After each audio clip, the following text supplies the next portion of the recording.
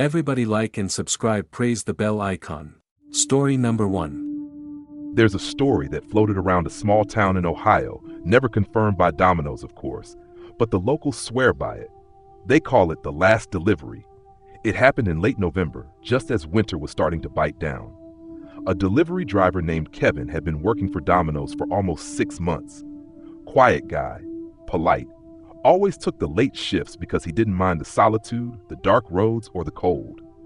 That night, around 11:20 p.m., a call came through for a delivery on the outskirts of town, an area filled with older homes and large, overgrown properties. The ticket said cash order, 3 large pizzas, paid in full at the door. When Kevin didn't come back by closing time, his manager wasn't too concerned. Sometimes he stopped for a smoke or ran to the gas station. But when 2 a.m. hit and his car still wasn't back, he called him. No answer, just a few rings, then straight to voicemail. The next morning, his car was found parked in a dirt clearing just off a gravel road about a mile from the address he was supposed to deliver to. The pizzas were still in the thermal bag on the passenger seat, untouched, still warm, like someone had opened the bag and then sealed it back up. The car was locked. The keys were gone. Kevin wasn't in it. The strangest part? There was no house at the delivery address, just a collapsed barn and the skeletal remains of a foundation that had been destroyed in a fire years ago. The town records showed that the property had been abandoned since 1997, when a man named Lester Graff, a former Domino's driver himself, burned his house down after a series of violent mental breakdowns.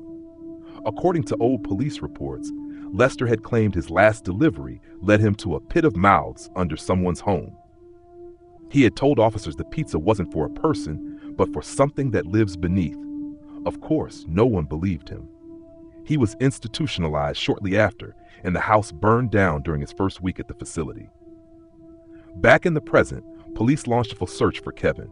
They brought dogs, drones, thermal imaging, the works. Nothing, no footprints, no blood. No sign of a struggle. It was like he had simply vanished from the car the moment he parked it. Domino's corporate sent down a rep to quietly collect the thermal bag and remove any branding from the story. The story never made the news. Just a missing person case buried under others. Kevin's parents said he'd been acting strange the week before. He started coming home late, even later than usual. Kept saying he'd seen someone following him on his deliveries. A tall figure in the side mirror, always too far to make out clearly, but close enough to know it was watching. 2 weeks later, another driver named Malik took the late shift. This time, there was a delivery just outside the same area. The ticket was odd, no phone number, cash only again, and the name listed on the receipt was Graff. Malik joked about it being a prank, but when he called out sick last minute, the manager sent a different driver, Anna. Anna never came back. Her car was found in the exact same spot as Kevin's. Pizzas untouched, car locked, no keys, no Anna. But this time, there was a note inside the bag, written in grease on the inside flap of the box. It said, "Feeding time is never late." Domino's shut down that location a month later. Official reason? Low volume. But no one really buys that. People still say if you drive out to the gravel road past midnight, you might see a car sitting in the clearing, engine cold, windows fogged. And if you listen closely, beneath the hum of the wind and the rustle of the trees, you might hear a low, hungry whisper, 30 minutes or less, or you're next. Story number 2. This one's about a small college town in New Hampshire, nestled between the mountains, where something strange happened at the local Domino's a few years ago. They've tried to keep it quiet, but it still pops up in hushed conversations among the students who were there. It started innocently enough. A freshman named Sarah had just moved into the dorms and was still figuring out the ropes of campus life. She didn't have many friends yet, and like most new students, she found herself ordering takeout to keep from feeling so isolated. Domino's was the easiest option, cheap, fast, and right down the road. On one particular night, she ordered a pizza around 11:30 p.m. She was working late on an essay, and the thought of a warm meal was enough to keep her going. She placed the order for delivery to the dorm lobby, expecting the usual 30-minute wait. When the doorbell rang about 25 minutes later, she was surprised. The delivery driver, tall, wearing a dark hoodie, stood there with a large pizza. His face was obscured by the shadow of the hood, and he handed it to her without saying a word. She paid, took the pizza, and shut the door. But as she turned around to grab a plate, she noticed something strange. The pizza was cold. Not just room temperature, cold, as if it had been sitting out for hours. Confused, she called Domino's to let them know about the mistake, but the line went straight to voicemail. She tried again. Same thing. She shrugged it off and figured she'd eat it anyway, but something felt off. She looked at the box again, noticing how uneven the crust was, one side of it bulging like something had been pressing down on it. She pushed it aside and started her essay, trying to forget about the odd delivery. But then, around 2 a.m., something strange happened. She heard noises outside her window.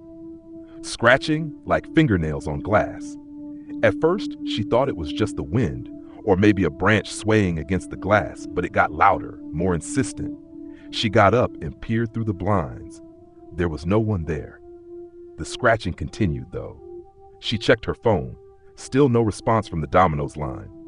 Annoyed, she went to the window, hoping to find the source of the sound, but when she looked down, she froze. There, in the shadow of the building, she could make out a figure standing motionless, staring up at her window. Her heart raced, and before she could even think about what to do, the figure turned and walked into the dark. No footsteps, no noise, just the figure disappearing into the night. Sarah didn't sleep much that night. She kept the lights on, staring at the door, trying to focus on her essay. When morning came, she decided to take a walk to clear her head. As she passed by the Domino's, she felt a strange chill, a deep unease that settled over her. When she reached the door to the store, she pulled it open, expecting the usual warm, welcoming smells of freshly baked pizza. But what she found instead was a row of empty pizza boxes, stacked high behind the counter. All of them sealed shut. Not a single one had been opened. Sarah asked the worker behind the counter what happened to the deliveries, but he only shrugged. "We just get a lot of last-minute orders from the dorms. Some customers prefer their pizza cold." The more she thought about it, the more Sarah realized that her delivery hadn't been the only one. A few other students had ordered that night, each one reporting something strange. Some received pizzas that had been out for hours.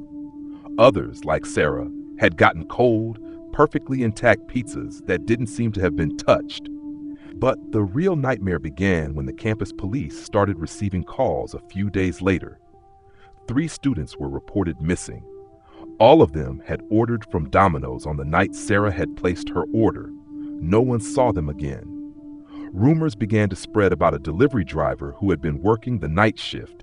Some said he was a former student who had disappeared years ago under mysterious circumstances. Others claimed he'd been fired after a series of complaints about the odd deliveries he'd made. But none of them could explain why the students who vanished had received pizzas that never seemed to have been eaten or touched. The campus tried to move on, but some still say that if you're ever there late at night and you order Domino's, you might get a delivery from a driver who's not quite alive.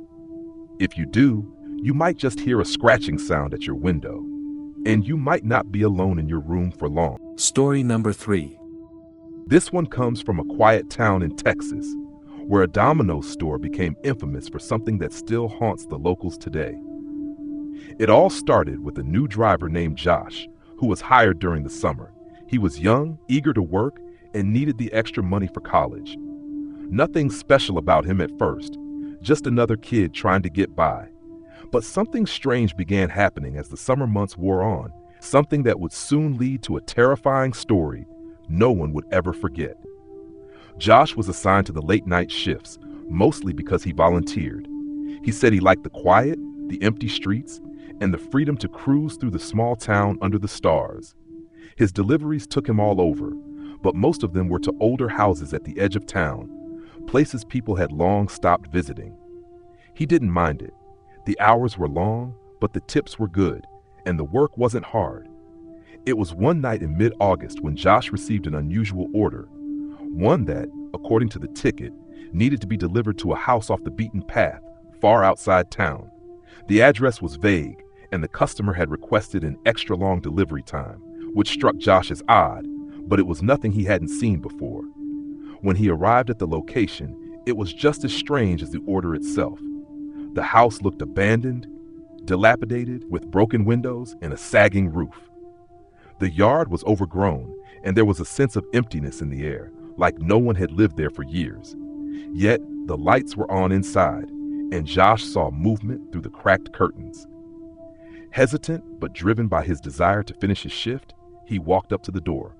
The door creaked open before he even knocked. No one had answered his knocks, just the door slowly swinging inward, as though inviting him in. Feeling the odd sensation that someone might be playing a prank, Josh stepped inside. The house was dark and cold, and a strange smell lingered in the air, old, musty, like decay. He called out, but no response. He hesitated for a moment, but then he remembered that there was a family who lived in this neighborhood before, back when he was younger. He had heard rumors about them, how they had mysteriously disappeared one night. People said the house had been empty ever since. As he walked deeper into the house, he noticed the walls were lined with pictures, old ones, fading. Faces of people he didn't recognize. The more he looked, the more unsettling they became.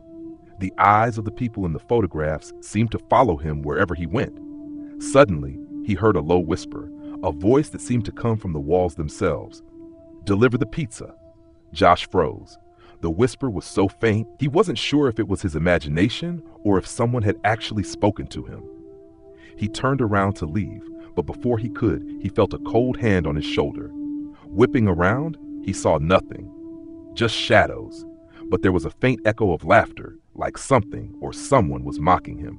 He backed toward the door, heart pounding in his chest, his mind racing with thoughts of running, but then he saw it. In the far corner of the room, standing in the doorway, was a figure. At first, Josh thought it was just a trick of the light, but no, it was a person. A tall, pale man with hollow eyes and a thin, stretched grin that didn't belong on a human face. His clothes were tattered and his skin was ghostly white. Josh froze, unable to move.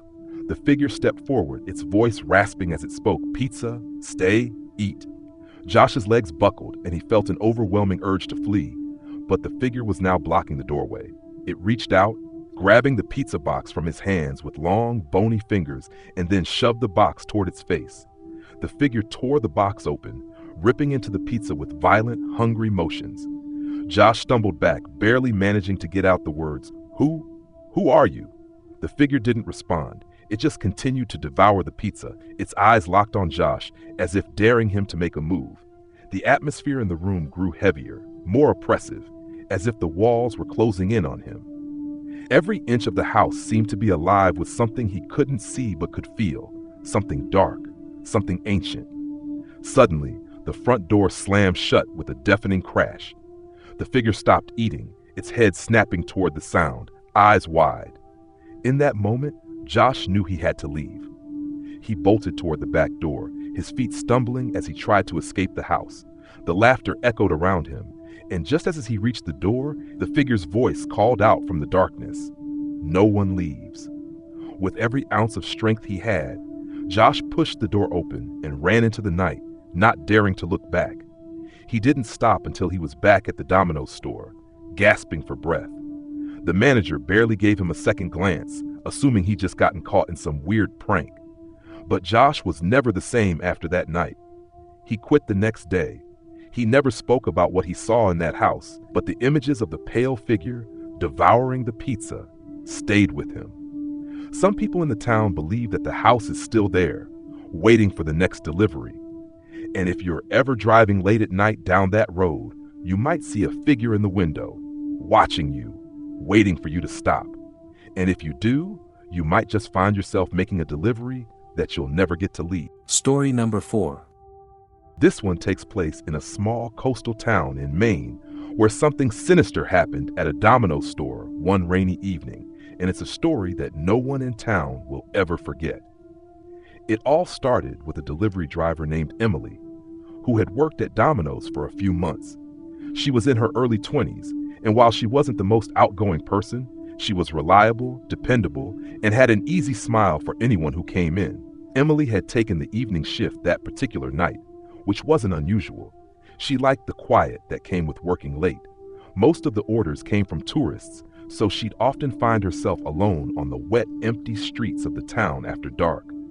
That night, she received an unusual order, a single pizza, a large Supreme, to be delivered to an address that she had never heard of. The address was out of town, near the cliffs where the town's lighthouse sat. Emily checked the delivery time. It was supposed to be a rush order, but when she asked the customer to confirm the delivery, the voice on the other end simply said, "I'll be waiting." She thought nothing of it. Strange orders weren't uncommon, and sometimes tourists got lost and ordered late-night pizza while trying to find their way. But as Emily drove further away from town, the roads began to feel eerie. The fog had rolled in thick, covering everything in a dense, choking blanket of gray. The road narrowed, twisting between tall, dark trees that seemed to close in on her as she went. The address she was supposed to deliver to was on a small dirt road that led up to a rocky outcrop near the cliffs. She slowed down, noticing how silent it was. No other cars, no sound of life, just the rhythm of the rain against her windshield. When she reached the house, she wasn't sure what to expect.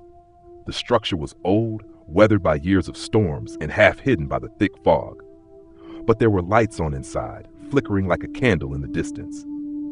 Emily got out of her car, taking the pizza box with her as she approached the front door. The wind was picking up, causing the house to creak, and she felt a chill run down her spine. She knocked. At first, there was no answer. She knocked again, louder this time. Still nothing. Then, just as she was about to turn and leave, the door creaked open slowly, revealing a tall, thin man. His face was pale, his hair was greasy, and his eyes were sunken, hollow like he hadn't slept in days. "Pizza," he said flatly, his voice cold and distant. Emily handed him the pizza, but she couldn't shake the unsettling feeling in the pit of her stomach. Something wasn't right. The man took the pizza without a word, stepping back into the darkness of the house. Emily turned to leave, but then heard something strange, something she hadn't expected. A soft, distant sobbing. It sounded like it was coming from inside the house, muffled by the thick walls, but it was unmistakable. A low, broken sobbing like someone in pain. She turned around, half expecting the man to be standing in the doorway, but he had already shut the door behind him. Fighting the rising panic, Emily climbed back into her car. The sound of sobbing still echoed in her ears as she drove away, but it faded as she left the house behind, the fog swallowing it up in her rearview mirror. When Emily returned to the store, she was visibly shaken. She told her manager about the strange delivery, the man's odd demeanor, and the sound of crying she had heard. But her manager just shook his head. "That house has been empty for years," he said. "No one's lived there for a long time. It's probably just the wind." Still, Emily couldn't shake the feeling that something was off. Over the next few weeks, she began to hear more stories about the house near the cliffs. Some people said they'd seen the lights on, even though the house had been abandoned for years. Others said they had heard the same sobbing sound coming from that direction, especially during storms or at night. Then, one night, a few months later, the police were called to investigate an incident involving the lighthouse. They found a body, unidentified, frozen in place, with a look of absolute terror etched on its face. But what was most chilling was that the body had been found in the same area where Emily had delivered the pizza. The investigation revealed something even more disturbing. The house near the cliffs had once belonged to a family, 3 people who had mysteriously disappeared in the late 80s. The man Emily had encountered was said to be the father of the family, a reclusive man who had gone mad after losing his wife and child to a tragic accident on the cliffs. In his grief, he had tried to reach out, desperately calling for them, and people in town swore that sometimes in the dead of night, they could hear his voice, calling, pleading, crying for them to come home. The house had stood empty for years, but the man's spirit, or whatever it was still there, waiting. Every so often, someone would get an order for that house. They would go, deliver the pizza, and never return. And to this day, no one in the town dares to go near that house. The sobbing still carries on through the fog, and people say that if you listen closely enough, you might hear someone at the door asking for one last pizza just to bring them home. Story number 5. This one takes place in a suburban town, not too far from a major city, where a Domino store became the source of something horrifying that no one could explain. It all started with an odd customer and an unusual delivery. It was late on a Friday night, just before the store was about to close, when a call came in. The order was simple enough: a large pizza, extra cheese, with a side of garlic bread. The delivery was to a house on the edge of town, in an older part of the neighborhood that was always quieter, with few lights on at night. The house itself was old, but it wasn't the house that struck the delivery driver, Kyle, as odd. It was the fact that the customer insisted on no one leaving the pizza at the door. The note with the order said, "I'll open the door when you arrive." Kyle had been working the late shifts for a few months and knew that sometimes people just wanted a bit of privacy or didn't want to be bothered. He thought nothing of it at first, but when he arrived at the address, he felt uneasy. The house looked abandoned at first glance, windows boarded up, a sagging porch, and the lawn left unkempt. But the lights inside were on, flickering sporadically. Kyle approached the front door, the porch creaking under his feet as he stepped closer. He knocked, but no one responded. He hesitated for a moment before ringing the doorbell. The seconds stretched on, and just as he was about to turn away, the door cracked open. A pair of eyes peered through the small gap. The eyes were wide and bloodshot, with dark circles beneath them. The door opened just enough for Kyle to see a thin, disheveled man standing on the other side. His hair was wild, and his clothes were wrinkled and torn, as though he hadn't cared for himself in days. "Pizza," the man rasped, his voice hoarse and dry. Kyle handed him the pizza, and just as he was about to leave, the man grabbed his arm, pulling him into the house with an unnatural strength. Kyle struggled, but the man's grip was firm. "Please," the man whispered, "you have to help me. They're coming. They've been watching me." Kyle was confused and uneasy. Who's been watching you?" he asked, trying to pry himself loose. The man let go of Kyle's arm and stepped back, his face pale with fear. He muttered, "They were in the pizza. They've been in the pizza all along. I shouldn't have opened it." Before Kyle could react, the man slammed the door shut. He heard frantic movements inside, shuffling, scurrying, like something was dragging across the floor. Kyle's pulse quickened, and he instinctively reached for the door, his hand gripping the handle, but then something strange happened. The lights inside flickered one last time and went completely dark. Silence. Then the door opened again, but this time there was no man. Kyle cautiously stepped inside, calling out, "Hello?" But the only response was a faint, guttural growl coming from deep within the house. The shadows seemed to stretch unnaturally across the walls. He turned, intending to leave, but something caught his eye. A movement, faint but unmistakable, just beyond the hallway. It was a figure, crawling toward him, with its limbs twisted in strange, unnatural angles. The thing's eyes, if they could even be called that, were black, hollow pits, and its skin was stretched tight over its bones. Its mouth was wide, but no sound came from it. Kyle stumbled backward, his heart racing in his chest. He tried to run, but the door slammed shut behind him with a force that nearly knocked him to the ground. The figure crawled closer, and Kyle could smell the decay, the rot, and the sharp metallic scent of blood filling the room. He was paralyzed with fear, his body refusing to move as the thing reached out toward him. The last thing Kyle saw was the creature's mouth opening, impossibly wide, and then silence. The next day, the Domino's manager received a strange call. The customer who had ordered the pizza the night before had called in to report that he had been attacked in his house by a strange creature. He sounded delirious, claiming that something had crawled out of the pizza. When the police arrived at the house, they found it empty. No sign of the man or Kyle. They searched the house from top to bottom. The place was completely clean. No blood, no signs of struggle, nothing. But what they found next was even stranger. Under the floorboards, there was a small, locked room. Inside, they discovered dozens of pizza boxes, stacked high, all unopened. But there was one that caught their attention. It was a Domino's box from the same night Kyle had delivered the pizza. The box was torn open, but instead of pizza inside, there was something worse. A collection of blackened, twisted, and partially eaten bodies, their eyes hollow and empty.